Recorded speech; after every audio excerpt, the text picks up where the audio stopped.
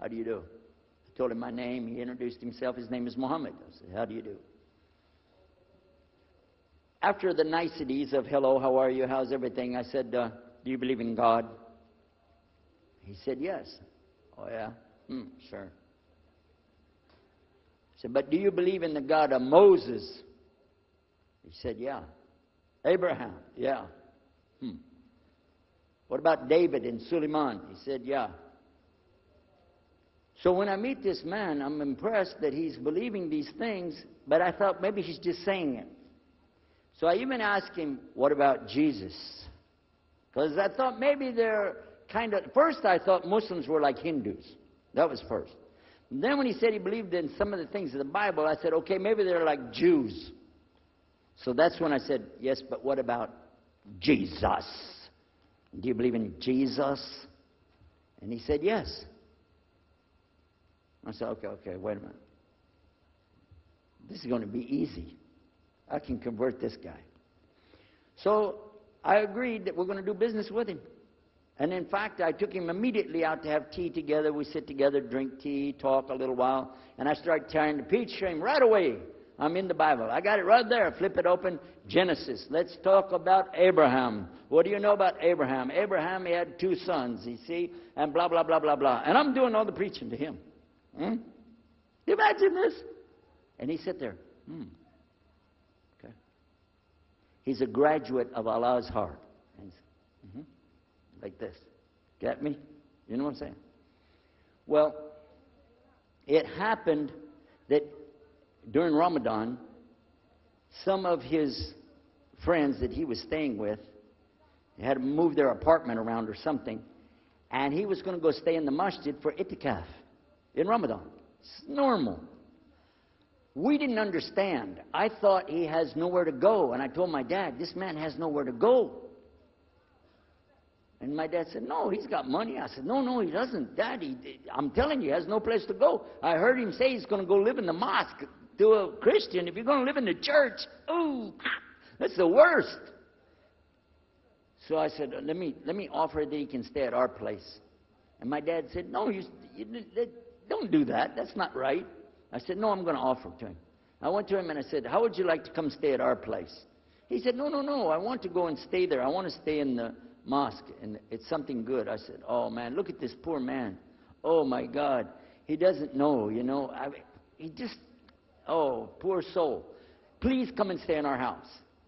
And he said, no, I can't. I need to go stay over there. I said, I'm scratching his dignity. So I told him, listen, no. I want you to come and you can pay. You can pay money and stay with us. He said, how much? I said, $15 a week. Which in America is like nothing. $15 is nothing. I said, and then he kind of hesitated. I said, and we'll pay for all the food. Well, you eat $15 worth of food in one day in America. He said, okay, all right. And I told my dad later, I said, see how I did that? Because now he'll stay with us. He knows he's getting a good deal on the food, and I was making it all about money.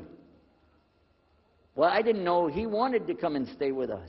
He wanted to learn about how are Americans and how is the dawah going to be. What do we believe? Especially people who are preaching. So he came and stayed in our house. And I said, well, now that's good. I'll travel with him and go with him in places, and he'll see and he'll learn about Christianity. As we were traveling and working together, we put up tables just like this and booths and things and set things out for people to come and look at them and sell things. And I caught him one time. When somebody wanted to take something from the front, he took it from the back and gave it to him. And I looked at him. And the next time somebody started to take something, he took from the back and gave it to him. I said, hey, Muhammad, we take the stuff from the front because that's the old stuff. The new stuff in the back, just hold it back. You know what I'm saying? This is dated material. Get rid of the junk first. He said, no, I can't. In my religion, we can't sell something unless we give the people the best. I said, got me on that one. And I'm supposed to be telling him about a better deal. I said, okay, yeah, whatever. You're never going to make any money, though. But that's all right. Over a period of time, I came to learn a lot of things. Also about being humble.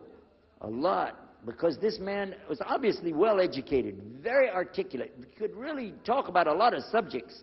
In fact, I tried to debate with him about many things, but he was so wise and well educated that he could see what I was doing, and he would take it easy and let me win every debate.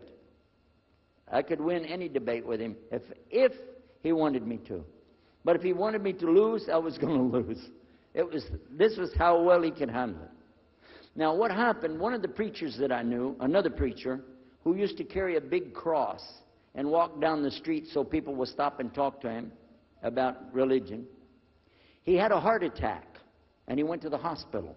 So I went to the hospital to visit him, and when I was visiting him, I met another man in the hospital who was in a wheelchair. This gentleman had a problem. He didn't want to talk to anybody. And I told him, let me witness to you. Let me share the message of Jesus with you. So I took out my Bible, and again, I started telling him about a prophet, Prophet Yunus, alayhi salam. And I'm telling them, look at Jonah. He's in the belly of the whale. He's in the sea. He's down there like this, and who knows how long. And suffering like this, you don't have as big a problem as that. And God saved him, so he could save you too. He said, didn't want to talk to me.